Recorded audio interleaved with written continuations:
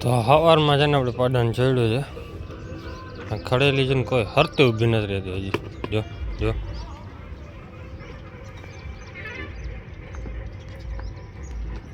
થઈ એટલી કોશિશ કરી લે, નોરી એટલે નોરી ઊભી.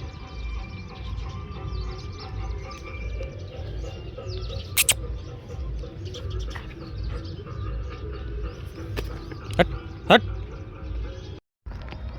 તો આપણે છે ને બધી બેહુન લઈ લીધી છે આજે, આને પણ ઘરે જ ભેગી ધરાથી લીધી છે. એનું કારણ છે કે આ એને થોડીક બીમાર રહેતી હતી, જર નથી પડી ને, જર ડૉક્ટરથી પડાવી પણ છે. ડૉક્ટર સાહેબ એમ કીધું કે જર પડી ગઈ છે ને જર જરાય પડી નથી. 50-60% જર અંદર રહી ગઈ હતી, પાછી પાડી ખરો પણ એમાંથી પાછી અંદર રહી ગઈ હતી 50-60% જેટલી. એટલે પછી મેળે આવે તો 15 દી મેળે આવી પાછી. હવે સીધે હાકી નાખી, કેમ કે આપણે રીતે હું હવે ખુલ્લી પહોંચી ગઈ એટલે ભડકે બહુ છે, કેમ કે અમે પદયાત્રી જાય છે. હલો ના ગાયોને આજે બધી છેલ્લી છે, એનું કારણ છે ખબર? આપણું ઇન્જિન છે. ઇન્જિન વાહે તો બધું પાછળ આવી જાય, જોઈ લો.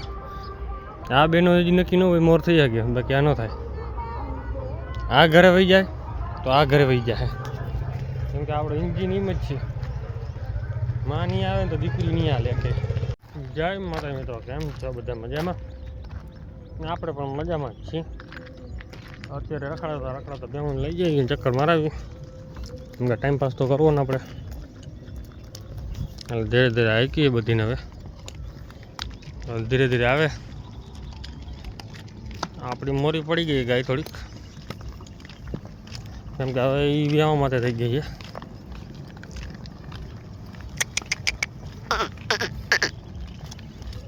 હવે ઘડીક વાર ચક્કર મારી આવે.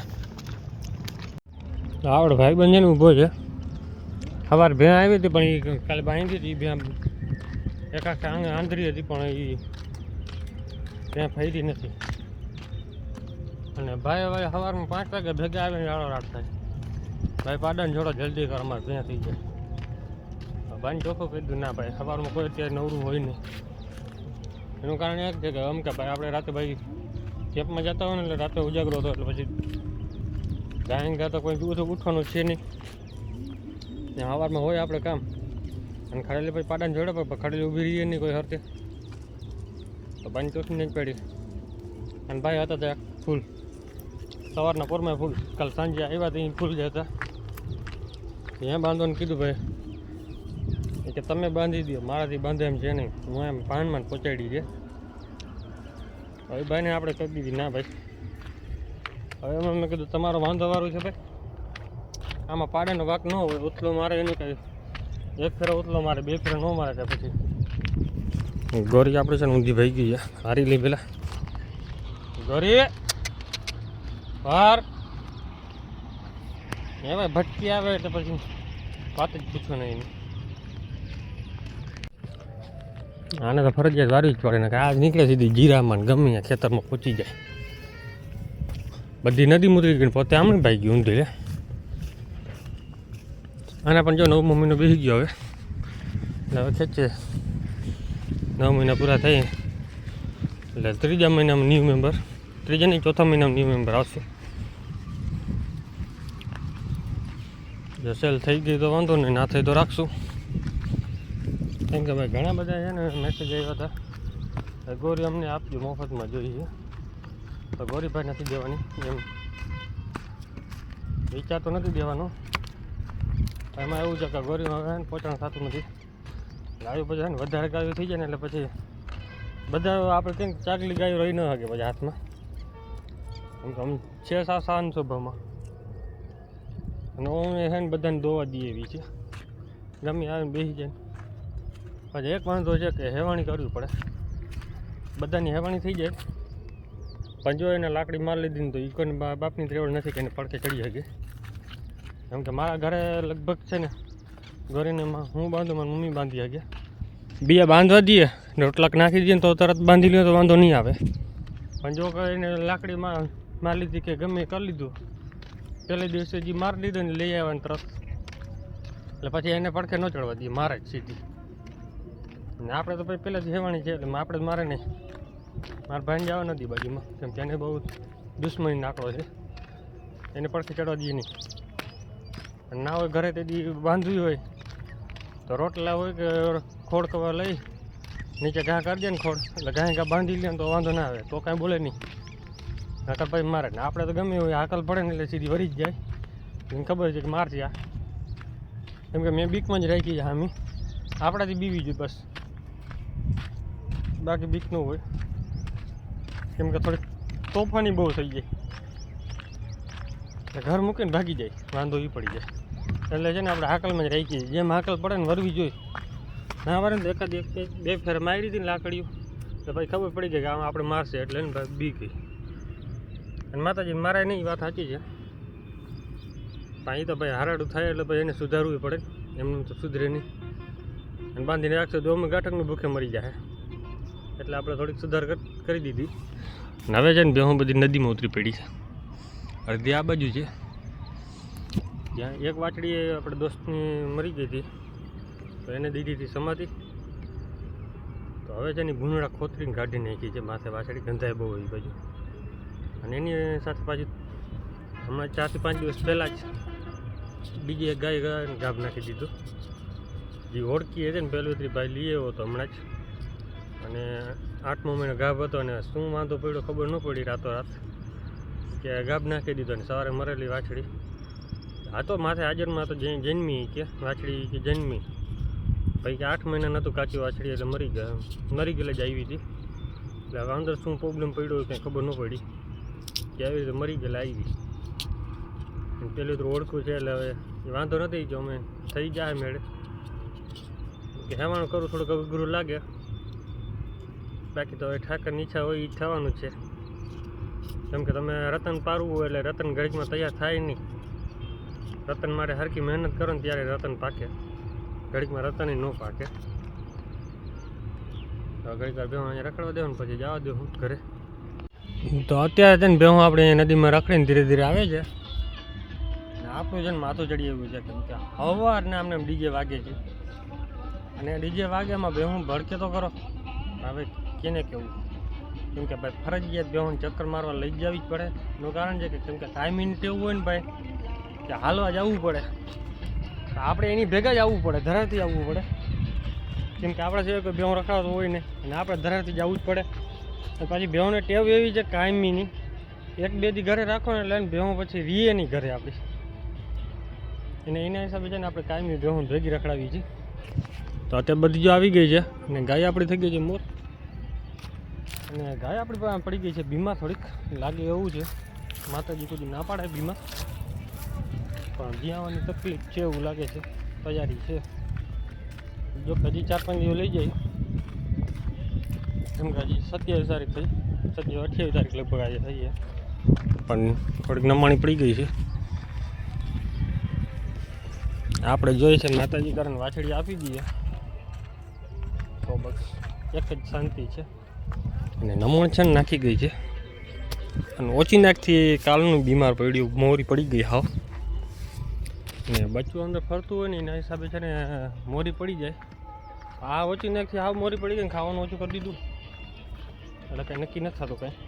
એટલે અત્યારે જો ભેહું અડધી આપણી પાણીમાં પડીને આવી ગઈ છે, અને ભગરો આવે છે. તો ધીરે ધીરે હાકી બધાને હાલો. હજી આ ગાયો ને આપણે મોર હાકી પણ એક હાલશે નહીં. મારો એક કારણ છે કે ગાયોને પહેલાં હાકી રાખું ને તો શું છે કે ધીરે ધીરે ગાયો આગળ હાલતી થઈ જાય ને પછી વાહન ભેહું હાકીએ. કેમ કે ફૂલિયા નીચે છે ને ભેહું ભડકે બહુ છે, એટલે ભેહું ભડકે ને એટલે ગાયોને ઉપાડતી જાય ભાઈ શીંગડામાં. એમાં છે ને જો એક આપણી હા મોટા શીંગડાવાળી મેન એ એમ બહુ તોફાની છે. બધી ગાયોને બધી ભેહુંને બધાને મારવાવાળી છે. ઉપાડે એટલે વાહન ઉપાડી જ લેવાનું, એને પછી જોવાનું ન હોય. તો અત્યારે ધીરે ધીરે ગાયોને હાકી પહેલાં, પછી ભેહુંને હાકી. તો આપણી ભેહું છે ને જો હવે હાલતી થઈ ગઈ ઘરે. ગાયો બધાથી પહેલાં છે, પછી ગાયને મોર કરી હતી ની જ વાહે રહી ગઈ. કેમ કે મંગુ આપણી છે ને એ સાથે જાય છે, કેમ કે એને દોડવાની નથી. કેમ કે ગાબડીમાં હું બેહું તો ગાબડીમાં બેહું દોડે ને કે વાંધો ના આવે, પણ ગાયો દોડે ને એટલે થોડુંક તોફાન. કેમ કે બેહું વાહે ઉપાડી લઈએ ગાયોને. ગાયો તો શું છે મસ્તીમાં હોય ભાગવામાં, અત્યારે વ્યાવમાં હોય ને એટલે દોડવાય નહીં વધારે જોકે પાડો બધા પહેલાં જાય એટલે વાંધો નથી, કેમ કે એની બીક વધારે લાગે આપણે, કેમ કે એ બધાને મારે છે બધા. નાના પાડડાને બહુ ખારવાળો છે થોડોક, ખાર તો બહુ કરે નાના પાડાનો. એ ફૂલિયા નીચે એક જ ભડકે છે, કેમ કે માણસ ચાલીને જતા હોય ને અવાજ કરે એટલે ભડકે બહુ એમાં. કાંઈ વાંધો નહીં, એ તો ભડકવાવાળા તો શું છે ભડકે, કેમ કે આ વખતે ભડકશે એટલે પછી બીજી વખતે એને ટેવ પડી જાય, પછી ખબર ન પડી જાય એટલે ન ભડકે. કેમ કે એક ચોમાસો આપણે ભેગો રખડે ને પછી ખબર વાંધો ન આવે. આપણે બીજી બીક ન મળે, કેમ કે આપણે આ બાજુ નેરા કંપની તરફ ચારવા જતા હતા ને એ બાજુને હવે ત્યાં ચોમાસે ટ્રાય કરાવી છે, કેમ કે રોડમાં તો થોડોક હેમાણો થઈ જાય ને પછી વાંધો ન આવે. જો કે રોડનો હેમાણો છે પણ આવો નહીં, કેમ કે આ ટ્રાફિકવાળો રોડ આપણે ઓછો હોય. ભડકે એટલે વાંધો ના આવે, ક્યાં આવે ખબર, રોડમાંથી ચડીને ભાગે ને તો પછી એને ગાડીવાળાને ઉપાડતા વાર ન લાગે ને. એના હિસાબે છે ને ત્યાં જો બધા મોર જાય પણ લીવર જવાનું. પણ બેન ભેગી કરેલી જો કોઈ બેન હેકમાં હોય એટલે બેન વાગીને ઊભો રાખી દઈએ. જો જાય છે હમણાં ગાડી થાય ને લીવર મારશે, કેમ કે આપણે બધા પહેલાં જ જાય છે. ગાડીઓ પહેલાં નીકળી જાય ને પછી વાહન લાગે ધીરે ધીરે જવા દે ને તો પછી વાંધો ન આવે. ફૂલિયા નીચે જ ભડકે છે, કેમ કે ફૂલિયા નીચે ડબલ અવાજ થાય ને એટલે વધારે ભડકે.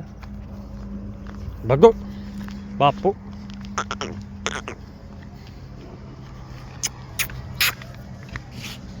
હાલો હાલો હાલો હાલો, નિરાત કરી દીધે ભાઈ વાહે.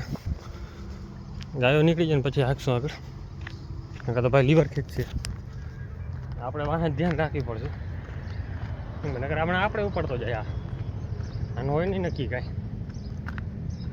આજ થોડો તોફાન થાય, કેમ કે ઘરે ત્યાં હતી ને એ લઈ ગયા છે.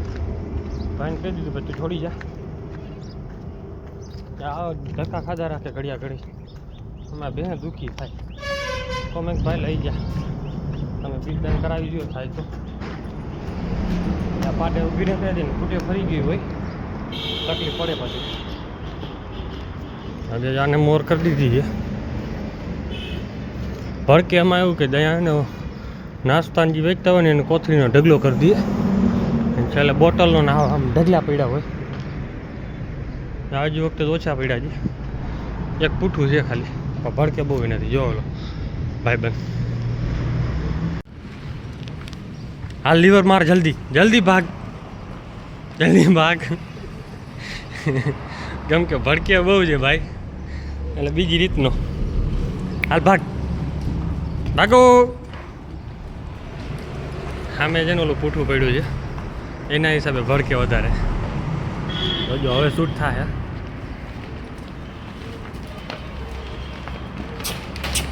ઓ મને કચી નાખશો,